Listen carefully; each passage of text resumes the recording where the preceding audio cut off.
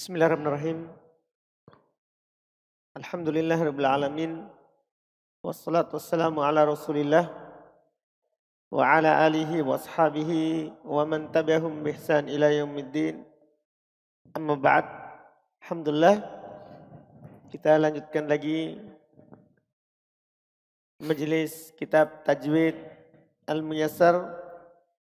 Kita masih di pembahasan sifat-sifat huruf dan sifat yang kita masuki sifat yang allati la diddalaha, yang tidak memiliki lawan, karena sudah selesai sebelumnya yang memiliki lawan.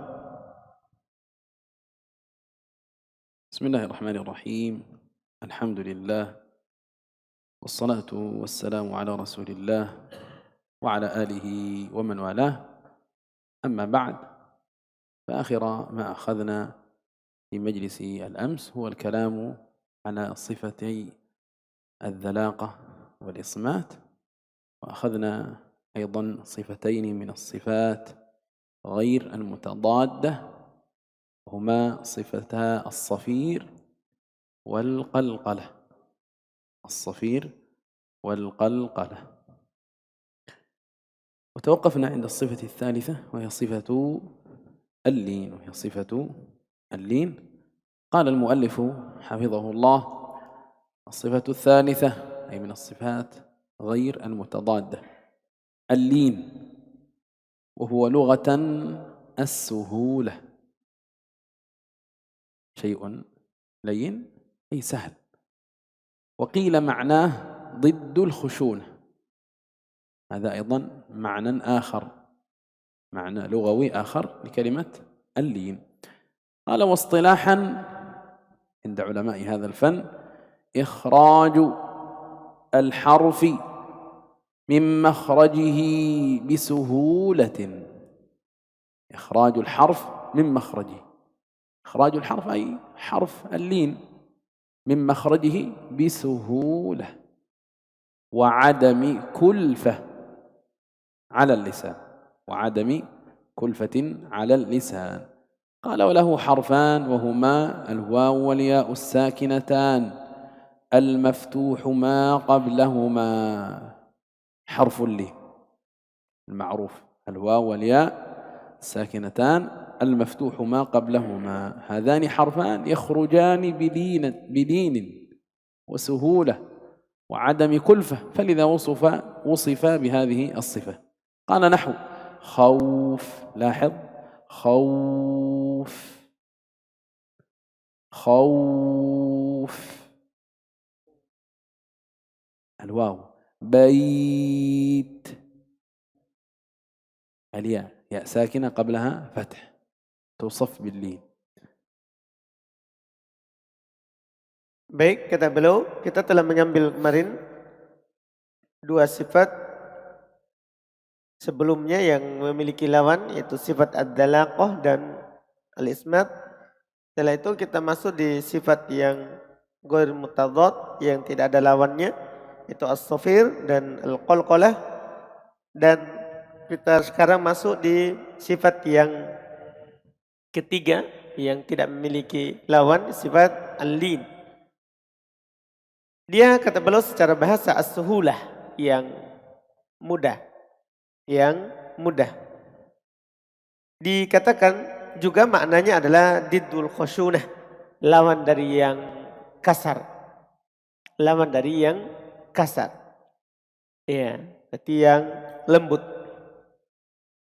Secara istilah, lin itu artinya keluarnya huruf dari makhrajnya dengan mudah, keluarnya huruf dari makhrajnya dengan suhulah, dengan mudah. Wa adam kulfah ala lisan, tanpa ada berat, tanpa ada beban di lisan, tanpa ada beban di lisan, di lidah kita. Nah, ini mudah sekali. Dia ada dua huruf, yaitu waw dan ya, keduanya sukun di fathah apa yang sebelumnya. Ini dibilang lin. Kalau ada waw atau ya sukun sebelumnya fathah. Kalau ada waw atau ya sukun sebelumnya fathah. Lawan dari sebelumnya yang mat. Kalau mat Sebelum waw dhammah, sebelum ya kasroh. Kalau ini sebelum waw dan ya-nya apa? Fathah. Itu disebut huruf lin. Disebut huruf lin. Seperti yang dicontohkan di buku ada dua kata, ada khauf dan ada bait. Ada khauf, ada bait. Itu wawnya khauf untuk waw, bait untuk ya, itu disebut lin.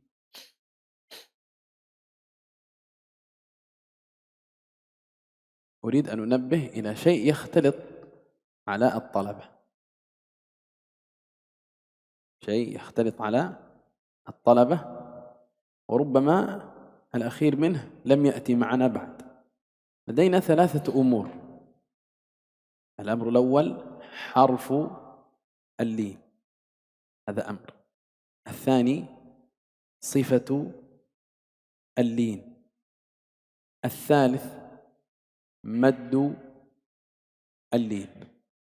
هذه أمور 3: حرف اللين، صفة اللين، مد اللين. حرف اللين هما الواو والياء الساكنتان المفتوح ما قبلهما، هذا حرف اللين. صفة اللين إخراج الحرف من مخرجه بسهولة وعدم كلفة على اللسان، هذه صفة اللين. بقي معنا مد اللين، يؤخر إن شاء الله إلى دراسة المدود، لكن فرق الآن بين حرف اللين وصفة اللين، وسيأتي الأخير وهو مد اللين إن شاء الله في بابه. Kita ingatkan berarti atas sesuatu dan mungkin nanti tidak akan lewat lagi istilahnya. Yaitu sekarang berarti kita memiliki 3 perkara terkait dengan lin ini. Ada huruf lin, ada sifat lin, ada mad lin. Ada huruf lin, ada sifat lin, ada mad lin. Huruf lin yaitu waw dan ya yang keduanya sukun sebelumnya fathah. Itu disebut huruf lin. Terus ada sifat lin, yaitu keluarnya huruf dari makhrajnya dengan mudah, tanpa ada beban dari lisan. Itu sifat lin, keluarnya huruf dari makhrajnya dengan mudah. Adapun matlin, ini akan datang nanti bersama kita. Ya, jadi sekarang kita sudah ambil 2, huruf lin dan sifat lin. Huruf lin waw ya dan waw ya sukun sebelumnya fathah.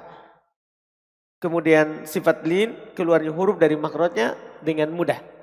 Kemudian nanti akan datang mad lin.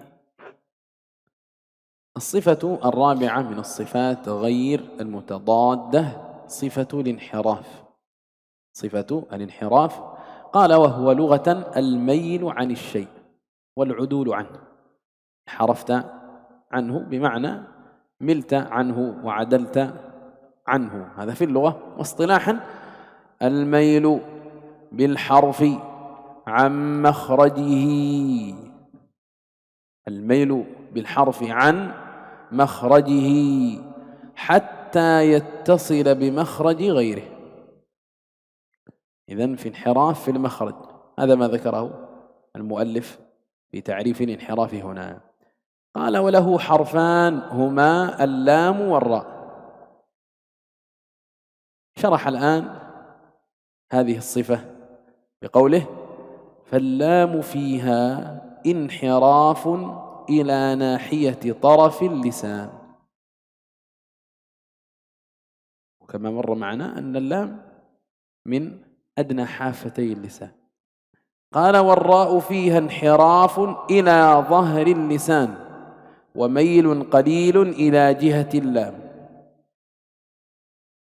ومر معنا أن الراء من طرف اللسان وهي تميل إلى جهة اللام كما قال هنا، واللام من أدنى الحافتين، ولذلك يجعلها الألثغ لاما. ولذلك يجعل الألثغ الراء يجعلها لاما. الرحمن. من هو الألثغ؟ يقول في الحاشية وهو الذي تحول لسانه من حرف إلى غيره، بمعنى هو الذي يبدل حرفا بحرف، ثقل في لسانه مما أدى إلى إبدال حرف بحرف، هذا هو الألثغ. ولن ننظر إلى صفة الانحراف مع الصور التوضيحية. هناك فرق بين هذا التعريف وما سيأتي معنا بعد قليل. Sifat yang keempat yang tidak memiliki lawan adalah sifat al-inhiraf. Dia secara bahasa al-mail anis syai' wal-udul anhu, berpaling dari sesuatu. Ia berpaling dari sesuatu. Itu namanya al-inhiraf, berpaling dari sesuatu. Ini secara bahasa. Adapun secara istilah al-mail bil harfi an makhrajihi, dia berpaling dengan huruf itu dari makhrajnya. Berpaling dengan huruf itu dari makhrajnya sampai dia bersambung dengan makhraj selainnya. Berpaling dengan huruf itu dari makhrajnya sampai bersambung dengan makhraj huruf yang lain. Dia ada dua huruf, itu huruf lam dan huruf ra. Huruf lam dan huruf ra. Lihat penjelasannya. Lam padanya terdapat inhiraf. Ketika mengucapkan huruf lam ada sifat apa? Di dalamnya sifat inhiraf. Ya, berpaling ila nahiyati taraful lisan, berpaling ke arah ujung lidah. Sudah lewat bersama kita, lam itu keluarnya apa? Adana hafatai lisan. Lidah, pinggir lidah bagian depan mendekati mulut. Nah, ketika mengucapkannya dia dari pinggir depan, dari pinggir lidah mengarah ke ujung lidah. Itu lam. Itu lam. Sementara ro padanya juga terdapat inhiraf. Terdapat juga inhiraf. Kemana? Ke dhahrul lisan. Sudah lewat kan bersama kita bahwa ro tempat keluarnya adalah taraf al-lisan. Ro tempat keluarnya taraf lisan. Ketemu dengan langit-langit atau gusi di gigi atas. Nah, ini dia inhiraf ke dhahrul lisan. Dia condong ke dhahr al-lisan, ke tengah, ke punggung lidah. Jadi asalnya di ujung taraf tapi mengarah ke punggung lidah. Jadi lebih ke dalam sedikit, di ke punggung lidah. Wa mail qalil ila jihatil lam, dan juga condong sedikit ke arah lam. Condong sedikit juga ke arah apa?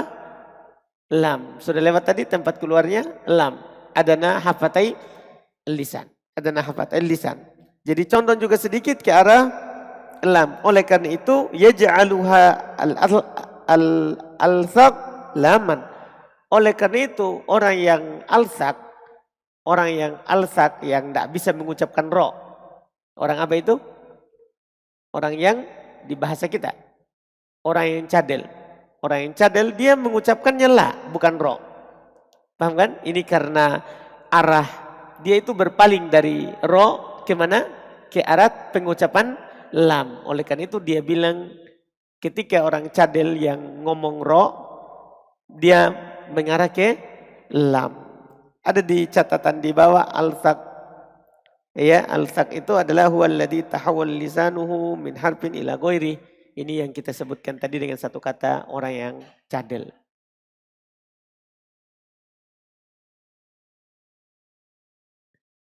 هنا فيما ذكر الميل في مخرج الحرف، الانحراف هنا في مخرج الحرف. أريد أن تذكر هذا الشيء.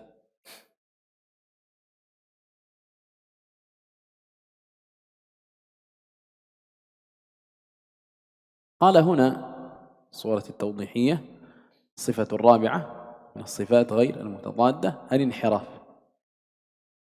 قال هو ميل صوت الحرف. إذن هذا هو الفرق بين هذا التعريف الذي نأخذه الآن وما أخذناه من الكتاب التجويد الميسر.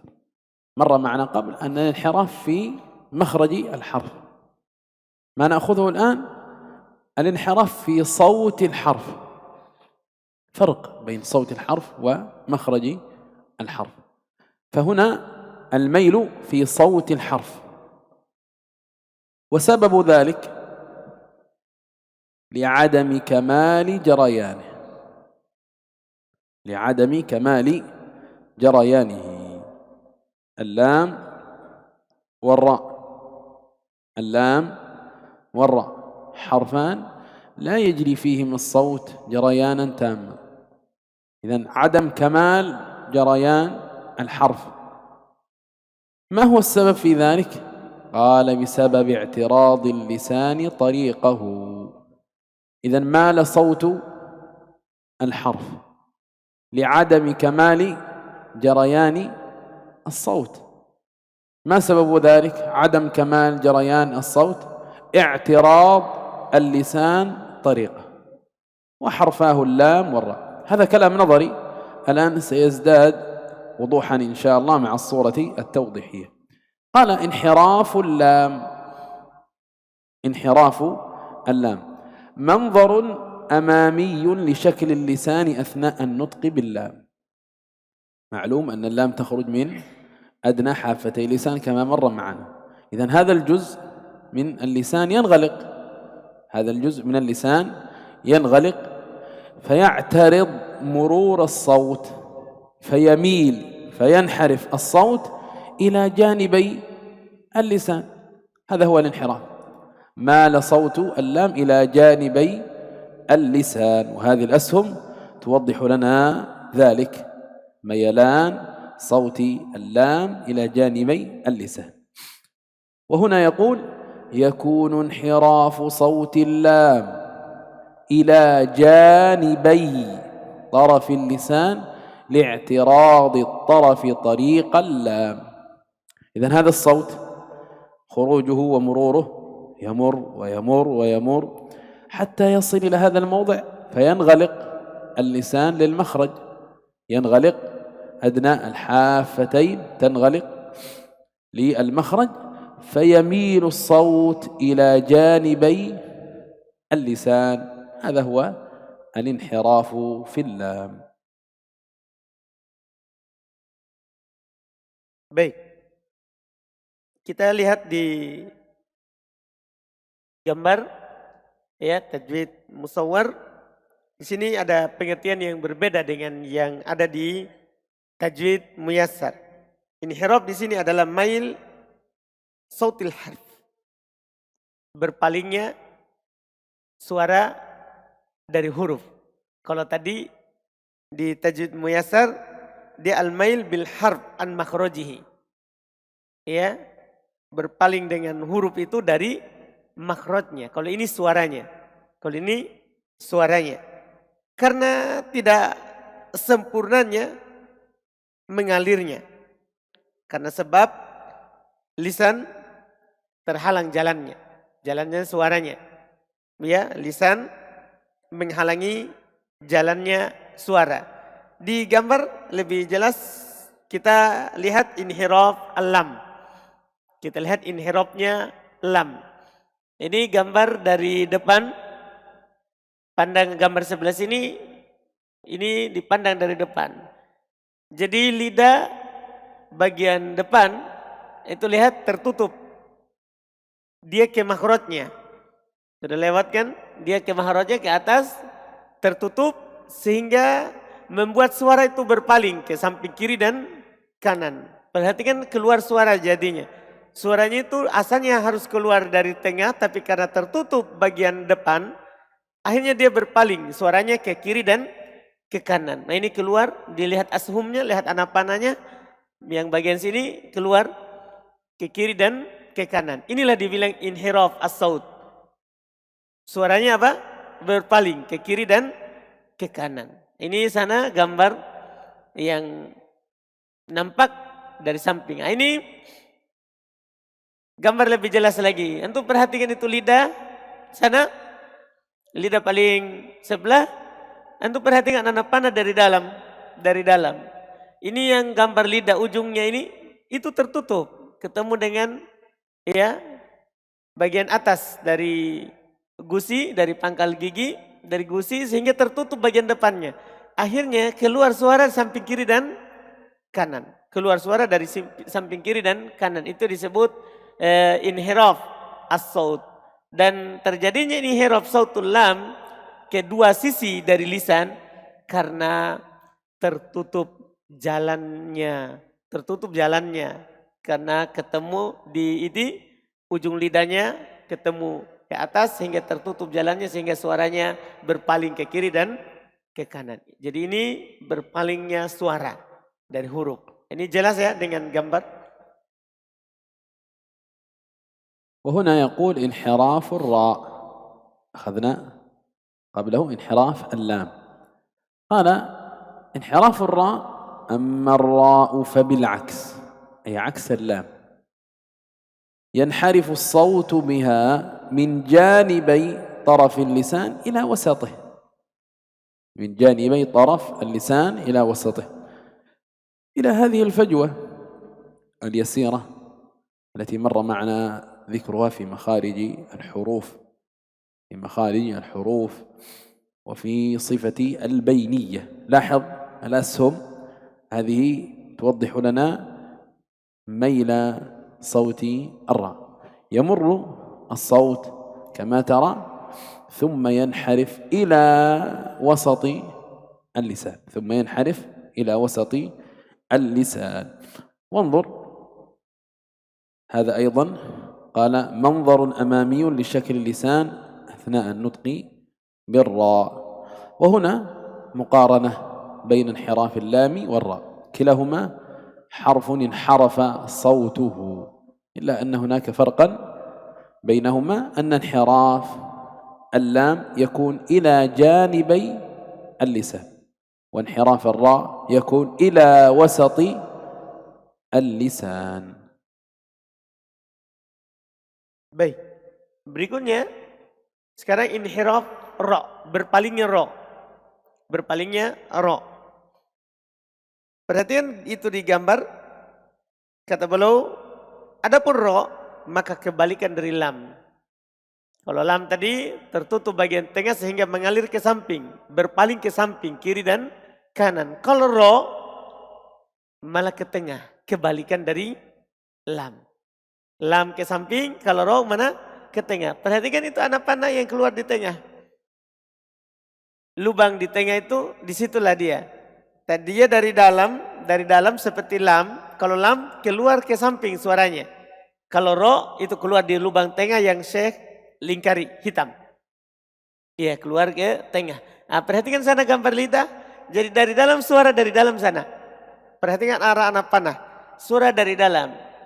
Pas di ujung tidak ke samping seperti lam. Kalau lam ke samping, berpaling ke samping. Kalau ini berpaling ke mana? Bagian tengah, yang lubang di tengah. Perhatikan gambar yang dibawa. Ini gambar penggandengannya, ini yang lebih jelas. Jadi kalau lam ini dari dalam ke samping, berpaling ke samping. Kalau ra dari dalam ke tengah. Ini dibilang inhiraf as-saut. Lamnya ke samping, kemudian ra ke tengah. Di lubang bagian tengah.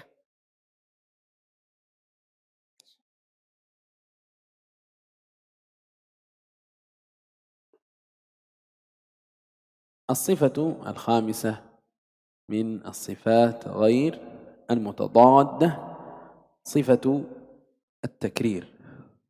صفة التكرير قال وهو لغة إعادة الشيء مرة بعد مرة. كرر أي أعد الشيء مرة بعد مرة. واصطلاحا ارتعاد رأس اللسان عند النطق بالحرف. ارتعاد رأس اللسان عند النطق بالحرف. قال وهو صفة لازمة للراء. صفة لازمة للراء. كل ما ندرسه من الصفات المتضادة والصفات غير المتضادة كله يندرج تحت الصفات اللازمة والتكرير منها. والتكرير منها معنى قوله صفة لازمة أنها لا تنفك عن الراء كما مر حق الحرف. قال ومعنى وصف الراء بالتكرير أنها قابلة له وينبغي التحرز منه والتحفظ من إظهاره. هذا الكلام فيه لبس، هذا الكلام فيه لبس يسير. فهو يقول هنا التكرير صفة لازمة، معنى لا بد منها، ثم يقول وينبغي التحرز منه والتحفظ من إظهاره. قال وخاصة إذا كانت الراء مشددة، فالواجب على القارئ حينئذ إخفاء هذا التكرير. في تفصيل نحتاجه، وليس معنى إخفاء التكرير إعدامه، لأن صفة الراء تكرير صفة لازمة للراء، لأن ذلك يسبب حصرا في الصوت، فتخرج الراء كالطاء وهو خطأ. الإمام ابن جزير رحمه الله من أوائل التنبيهات التي يتكلم عنها قال ولا بحصرمة الراء. حصرمة الراء من الأخطاء، وهي المبالغة في إذهاب التكرير حتى تصير الراء كأنها طاء. الرحمن الرحمن كأنه ينطق طاء. قال بل معناه أن يلصق اللافظ بهذا الحرف ظهر لسانه بأعلى حنكه لصقا محكما مرة واحدة، بحيث يتوقى الإفراط في تكراره. إذا نحفظ هذا التعريف: ارتعاد رأس اللسان عند النطق بالحرف، ونعلم أن صفة التكرير صفة لازمة للراء لا تنفك عنها. ثم نختم بهذا التفصيل، وهو أن تكرير الراء على نوعين: مقبول، هذا النوع الأول، والنوع الثاني غير مقبول. وقد أشار إلى هذين النوعين فيما ذكر. التكرير المقبول هو المذكور في التعريف: ارتعاد رأس اللسان عند النطق بالحرف ارتعادا خفيا، هذا التكرير مقبول لا بد منه في الراء، صفة لازمة. وغير المقبول هو التكرير المؤدي إلى النطق بعدة راءات. لذلك لاحظ في الصورة التوضيحية يقول: التكرير ارتعاد طرف اللسان بالراء ارتعادا خفيا أن يسيرا. ما هو السبب؟ نتيجة ضيق مخرجها. ثم قال: وليحذر القارئ من المبالغة في التكرير المؤدي إلى ظهور أكثر من راء. إذا عندنا تكرير مقبول هو الجزء الأول من التعريف، وعندنا تكرير غير مقبول وهو الجزء الثاني من التعريف. وليحذر القارئ من المبالغة في التكرير المؤدي إلى ظهور أكثر من راء. الرحمن، هذه عدة ايش؟ عدة راءات. هذا هو التكرير غير المقبول.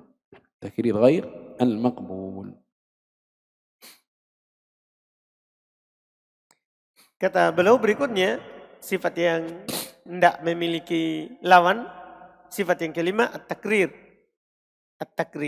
Secara bahasa, i'adatu syai' marratan ba'da marrah. Takrir itu cara bahasa adalah kembalinya sesuatu itu setelah kali yang pertama, kembali lagi pada kali yang kedua. Itu makna takrir. Ya, ketika kita bilang a'id, ulang, berarti ucapkan dengan berulang hal tersebut. Ini secara bahasa. Adapun secara istilah adalah irti'ad ra'sil lisan.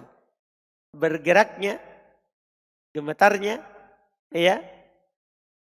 ujung lidah ketika mengucapkan huruf. Ketika mengucapkan apa? Huruf. Ya, ini artinya sifat at-takrir. Dia sifat lazimah untuk ra. Ya, semua sifat yang telah kita pelajari, yang lahaddat, did, dan tidak memiliki lawan atau tidak memiliki lawan, semua itu sifat lazim, itu hak huruf. Itu adalah hak huruf. Dan makna sifat ra ini dengan berulang, yaitu dia qabilah lahu. Dia menerima sifat apa? Takrir. Tapi sepantasnya untuk menghindari dan menjaga dari menampakkannya secara khusus kalau ra-nya bertasdid. Yang wajib bagi si pembaca katanya ketika itu ikhfa hadat takrir. menyembunyikan takrirnya itu, berulangnya itu, bergetarnya, bergeraknya lidah, tapi bukan berarti ikhfa takrir di sini tidak ada sama sekali. Bukan berarti di ikhfa, disembunyikan, bukan berarti tidak ada bergeraknya ujung lidah. Iya, bukan. Karena hal itu kalau kita tidak gerakan lisan nanti ujungnya akan menyebabkan hasron fi saut, akan menyebabkan suaranya tertahan. Nah, ketika suaranya tertahan berarti nanti itu adalah akan menjadi bunyi apa? To. Akan menjadi bunyi to. Jadi tidak bisa dihilangkan, ya, bukan berarti tidak ada getaran ujung lidah. Karena kalau tidak ada akan menjadi to, akan menjadi to. Dan ini salah. Ini adalah salah kalau ro menjadi to. Kalau ro menjadi to. Artinya dia seorang yang melafatkan, ya, seorang yang melafatkan huruf ini, dia menempelkan, ya, punggung lisannya ke langit-langit yang depan, ya, yang dia tempelkan secara kuat langsung satu kali. Itu dari sisi dia yatawakkal ifrad fi tikrarihi, ya, dia melindungi dia dari ifrat dalam mengulang huruf ro. Ini berarti kata beliau tadi intinya dari yang disebutkan oleh Syekh ini berarti ada dua takrir itu. Ada takrir yang makbul, ada takrir yang diterima, yang benar yaitu irti'at ra's lisan yang ada di awal pengertian. Bergeraknya ujung lidah ketika mengucapkan huruf. Iya, irti'at, gemetar, bergetar. Iya, bergetar. Ujung lidah ketika mengucapkan huruf ro, ini yang benar. Dan ada yang tidak benar, yang tidak diterima. Yaitu seakan-akan ro-nya itu berulang. Seakan-akan ro-nya apa? Berulang. Beliau contohkan tadi, ya, banyak sekali getaran, ya, lidah ketika mengucapkannya. Kemudian beliau tadi jelaskan yang digambar sifat takrir tadi, irtiator pelisan dengan ro, irtiadan khofian, ya, disebabkan karena sempitnya makrotnya. Disebabkan, ya, kenapa irtiat, kenapa bergetarnya lidah itu sedikit, ya, karena sempit makrotnya. Dan dia hanya di lubang kecil tadi sebagaimana yang digambar. Dan seorang yang membaca ro ini hendaklah hati-hati dari mubalaghah fit takrir. Sini disebutkan hendaklah hati-hati dari dia berlebihan mengulang ro-nya. Seperti tadi yang Syekh contohkan, dia berlebihan dalam menggetarkan lidahnya ketika mengucapkan ro yang mengharuskan setelahnya kalau dia berlebihan akan muncul lebih dari satu ro. Ketika dia mengucapkan lebih dari satu ro ketika dia mengucapkan.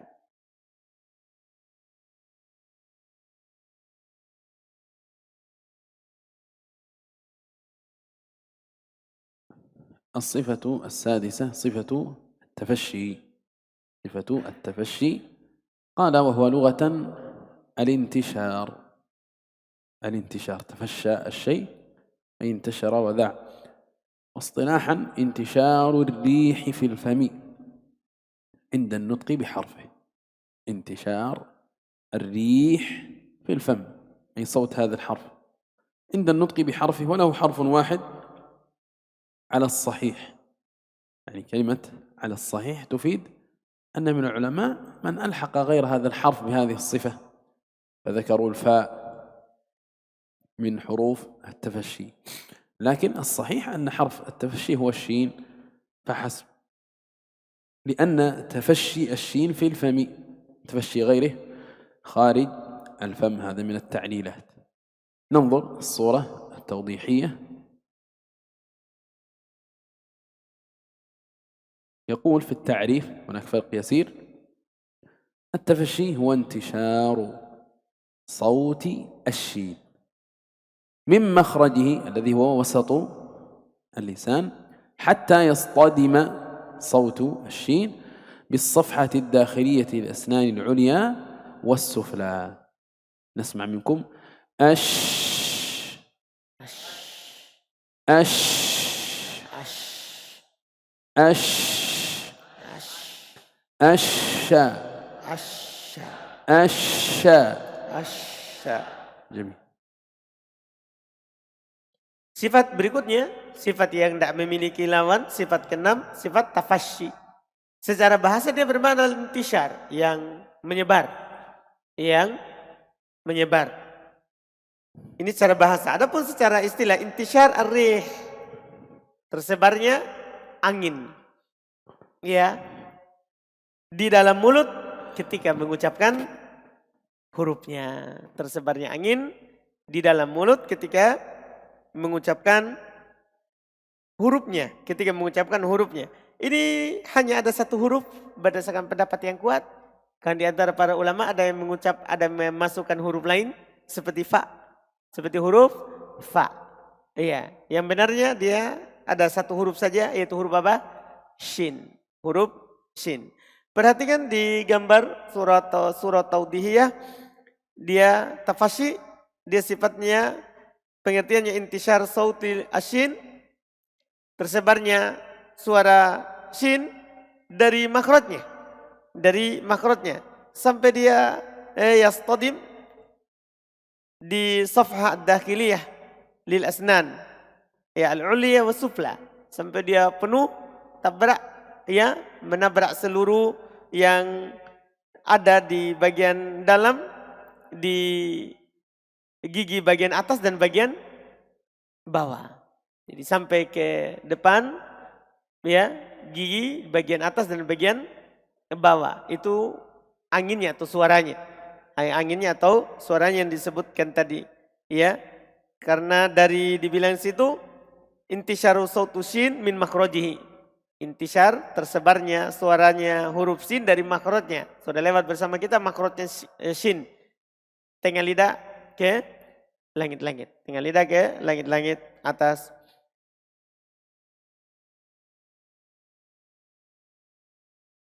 الصفة السابعة الاستطالة، وهي لغة الامتداد. استطال الشيء امتد، واصطلاحا امتداد الصوت. سيأتي معنا بعد قليل تعريف آخر في الصورة التوضيحية.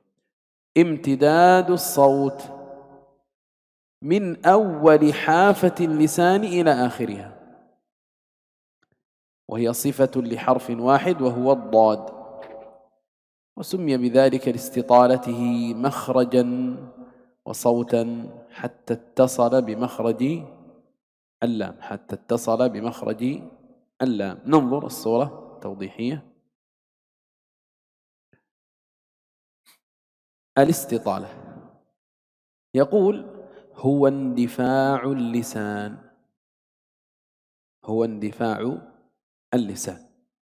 هذه استطالة في المخرج، اندفاع اللسان، معنى أن اللسان يتحرك حركة يسيرة جدا عند نطق الضاد من مؤخرة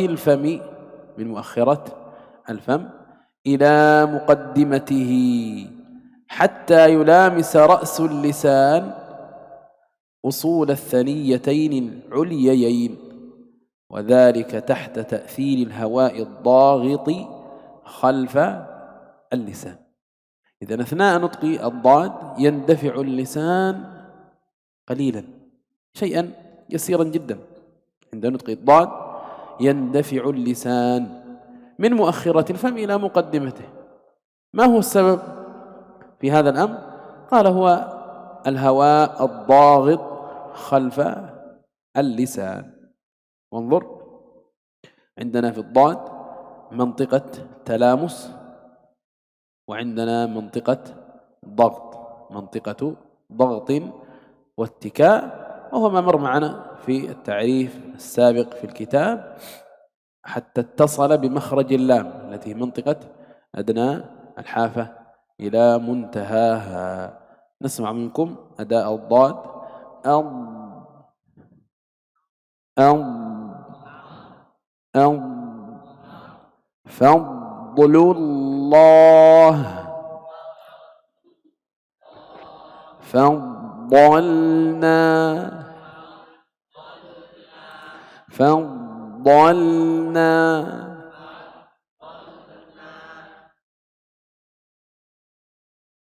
Sifat berikutnya adalah sifat al-istitolah. Sifat al-istitolah.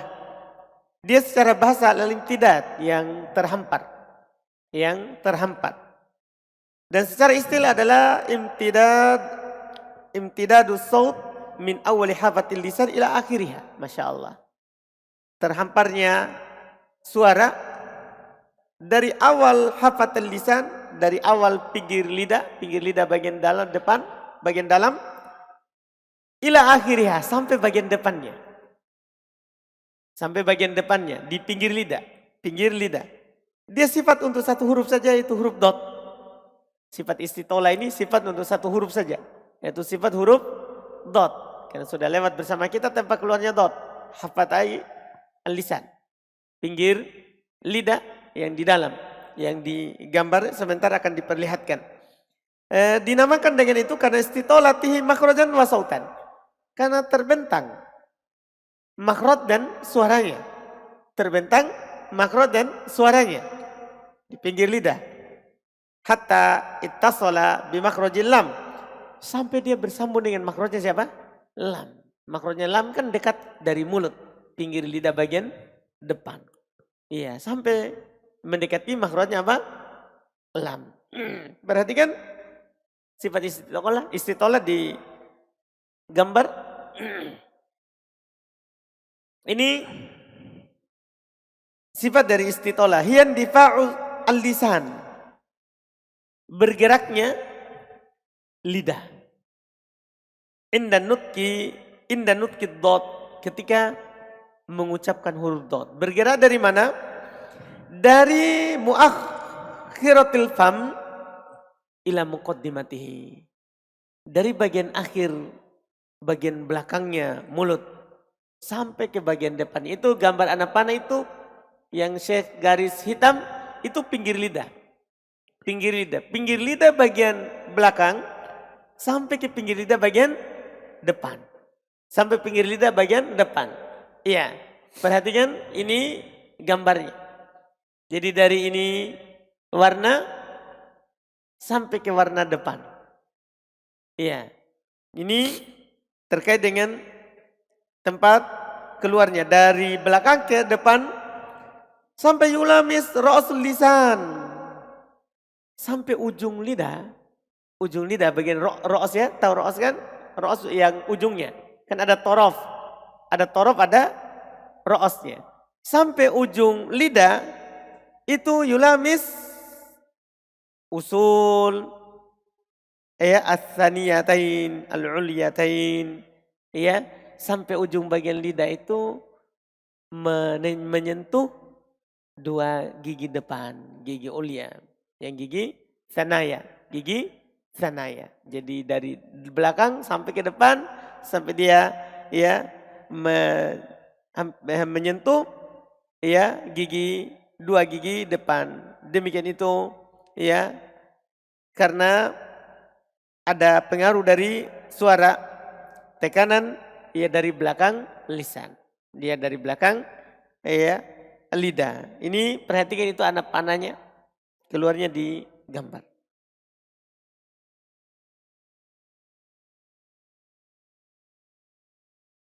قال وإلى هنا انقضى الكلام على الصفات السبع التي لا ضد لها. انتهينا. يقول انتهى الكلام على الصفات السبع التي لا ضد لها. وإليها أشار ابن الجزري في المقدمة بقوله صفيرها. الصفير صاد وزاي سين، هذه حروف ماذا؟ الصفير، حروف الصفير. قلقلة قطب جد، حروف القلقلة قطب جد. ثم قال واللين واو وياء، واو وياء سكنا وانفتحا قبلهما، الواو والياء الساكنتان المفتوحما قبلهما. والانحراف صححا في اللام والراء، صفة الانحراف في اللام والراء. ثم قال وبتكرير، أي الأخير وهو الراء، جعل، الراء يتصف بالتكرير. وللتفشي الشين، صفة التفشي حرفها الشين. ضادني استطل، صفة الاستطالة حرفها الضاد. Kemudian kata beliau, maka sampai di sini selesai kita berbicara tentang 7 sifat yang tidak memiliki lawan.